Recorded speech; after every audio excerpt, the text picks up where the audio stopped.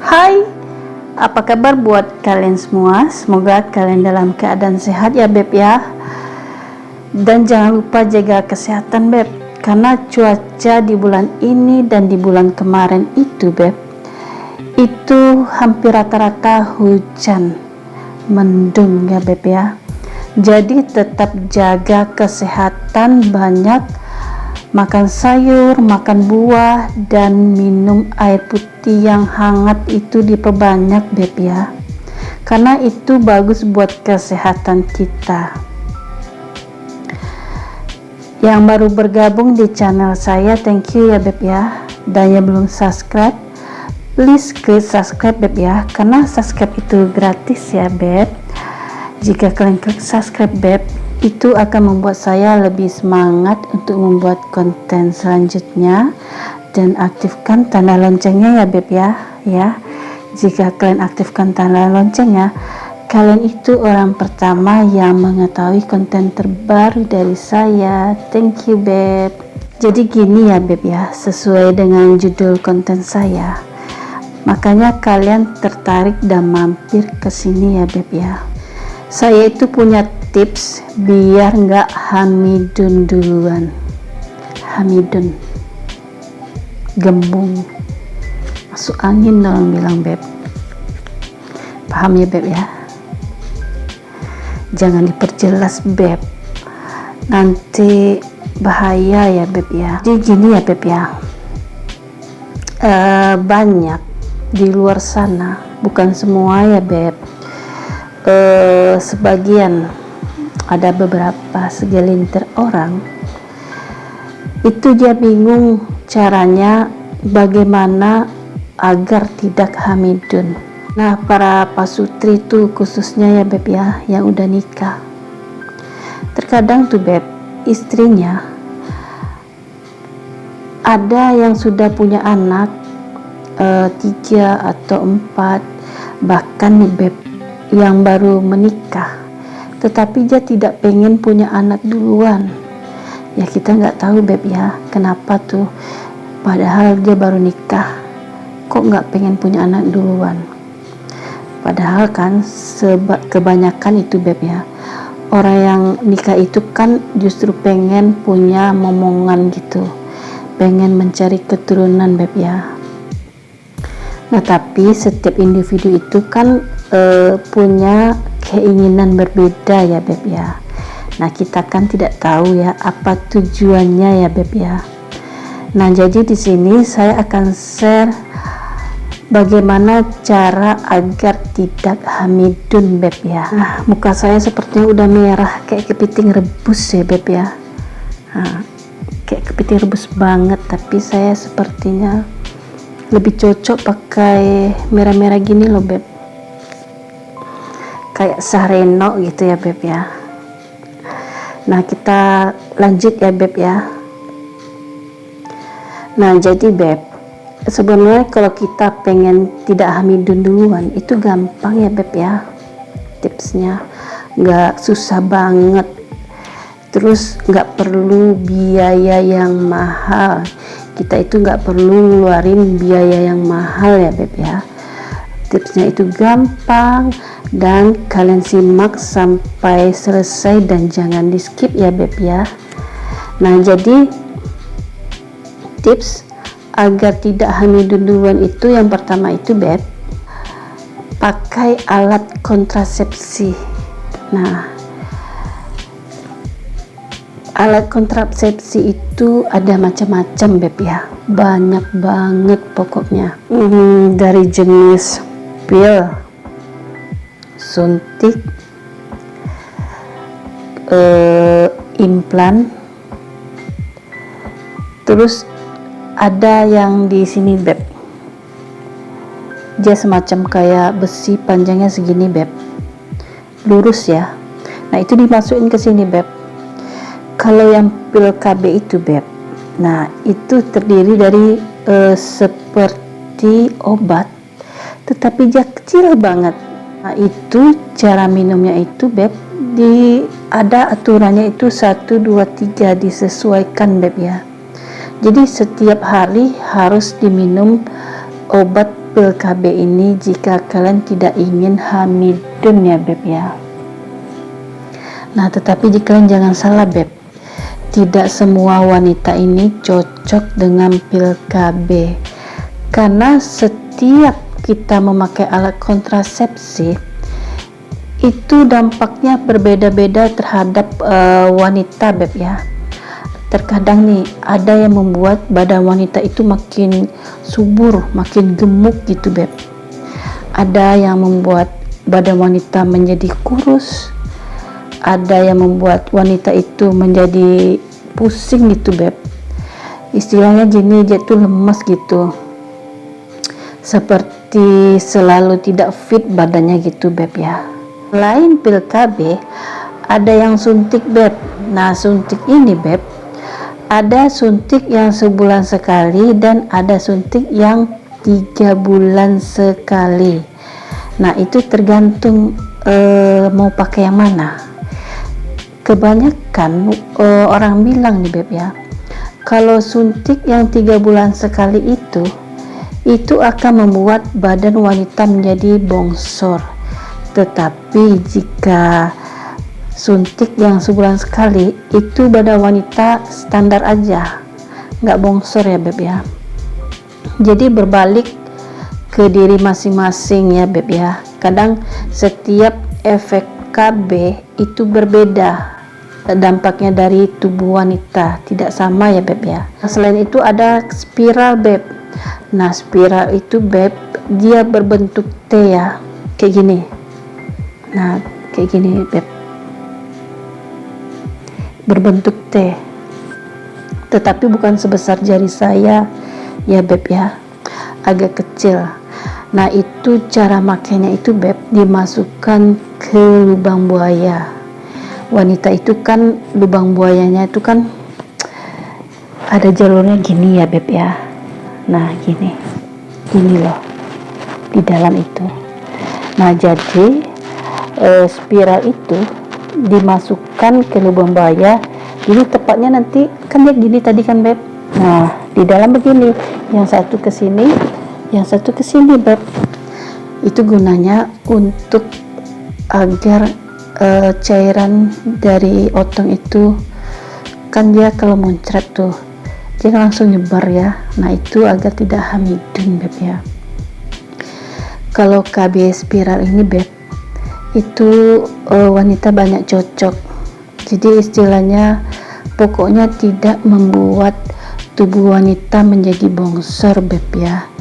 Pokoknya ini netral gitu efeknya, nggak ada ke badan wanita, istilahnya dia nggak pusing-pusing, selalu fit gitu kan. Nah yang selain itu KB yang pakaian di sini nih apa yang namanya beb ya, pokoknya dia dimasukin beb di kulit.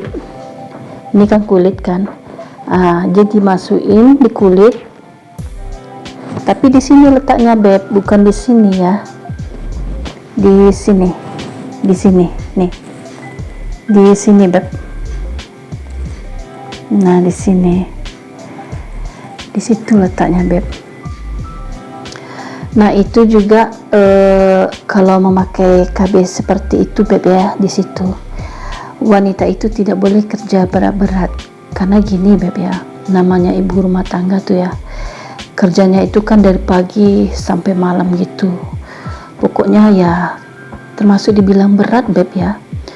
Misalnya nih punya anak 3 atau 4, kalau sekali nyuci tambah emaknya tambah bapaknya kan udah 5 orang kan di rumah. Nah sekali nyuci bayangin tuh beb, banyak. Tentu setelah istri menyuci, istri kan mengangkatnya pakai ember kan. Nah kalau KB yang di sini itu nggak boleh ngangkat berat beb, bahaya, nggak boleh pokoknya. Memang dilarang sama dokter beb ya. Nah jadi pokoknya setiap KB itu punya masing-masing punya dampaknya ya beb ya. Nah yang terakhir itu kondom beb. Nah kalau kondom itu beb ya, banyak macam ragamnya, banyak macam mereknya ya juga, terus banyak macam rasanya.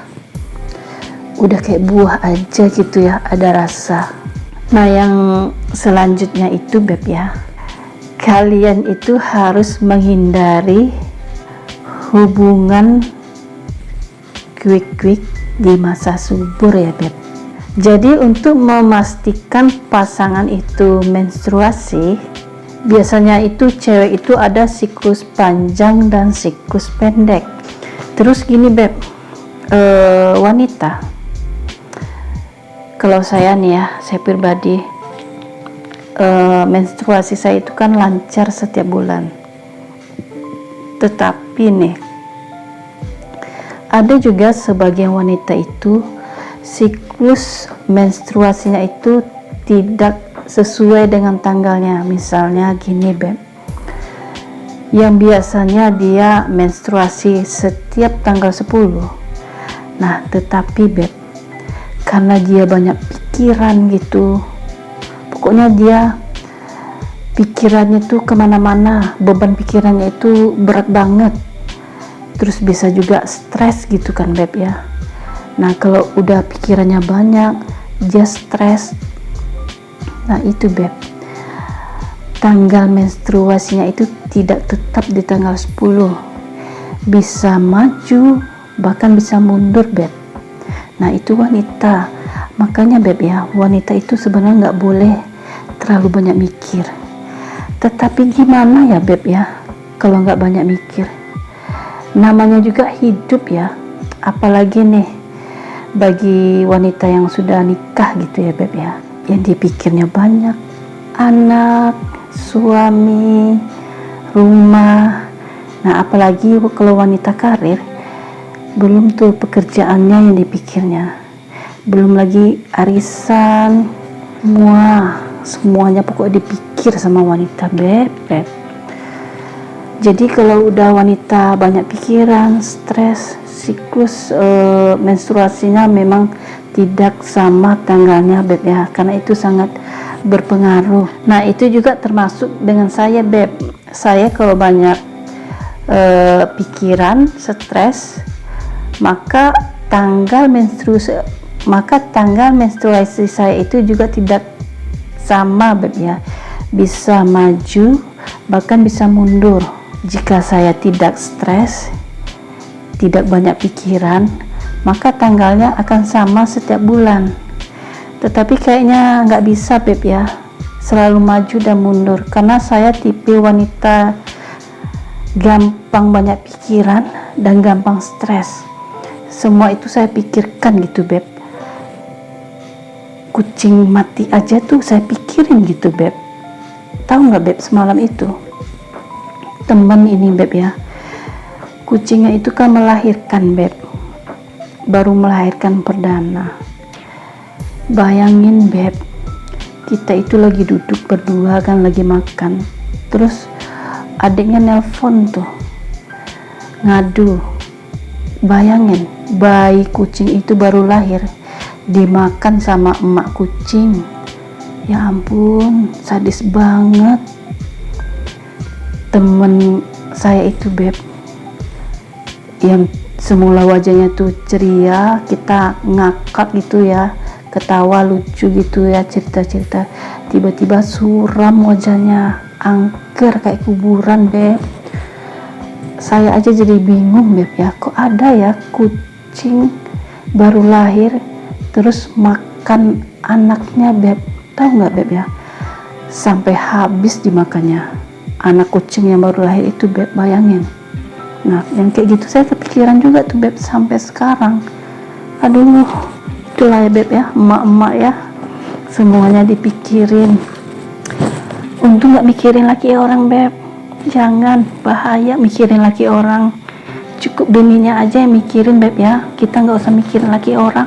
Nanti kalau mikirin laki orang nanti kena samber nanti saya, bahaya beb. Kita lanjut ya beb ya. Jadi beb sayang, kalian kenapa ketawa? Kita lupain ya suami orang tadi beb ya, kita fokus ke sini, oke? Lihat wajah saya, fokus. Canda beb. Jadi beb, cara menghitung masa subur itu bisa ya, saya ajarin ya, biar pandai dirimu. Cara ngitungnya itu begini beb, 10 hari setelah menstruasi. 10 hari setelah menstruasi. Jadi setelah menstruasi selesai 10 hari adalah masa subur wanita. Dan jangan main yang anu-anu ya beb, jika kalian anu-anu bahaya, maksudnya jadi dedek-dedekan lo beb. Nah jadi hindari masa subur ya bebek sayang ya. Nah semoga kalian paham dengan penjelasan saya beb ya.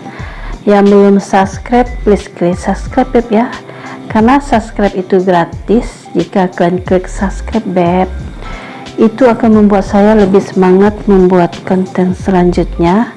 Dan aktifkan tanda loncengnya ya. Jika kalian aktifkan tanda loncengnya, kalian orang pertama yang mengetahui konten terbaru dari saya. Thank you beb.